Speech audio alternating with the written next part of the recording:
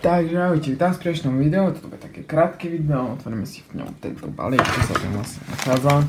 Nachádza sa tu jedna karta Phil Foden a nejaké nálepkové bavičky, takže sa môžeme vlastne na to. Opatrne to dáme dole.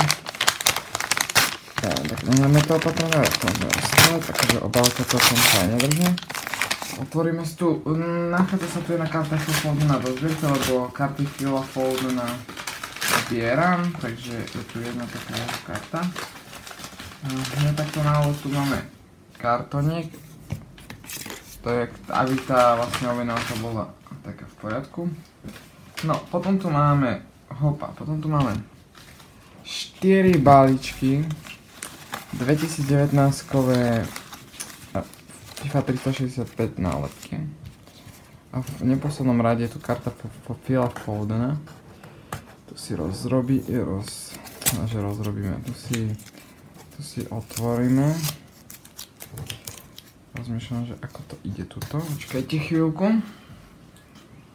Musíme nájsť ten správny spôsob, ako ju dať dole. Karta veľmi dobre zabavená. To mega chválim.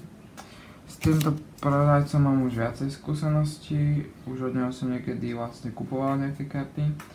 A keď toto on má vlastne obchod a tak, a kedy som od neho kupoval že nejaký group break a tak futbalový, takže tak, ale neviem ako vám dať toto dole.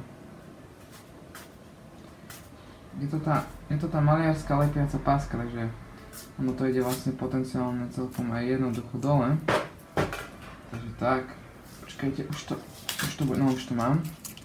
Dobre, už to mám. Už len toto posledné dám dole, už tá karta bude vidno.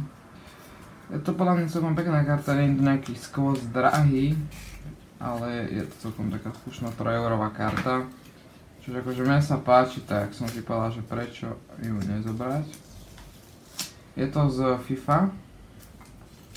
Je to karta z FIFA, neviem presne jak sa to volá teraz, 2022-2023 FIFA Score. Tak sa to presne volá. Čakajte sekundu, dobre. Tu je tá karta, je to takáto. Pardon. Takto vyzerá to naša karta. Phila Fodena.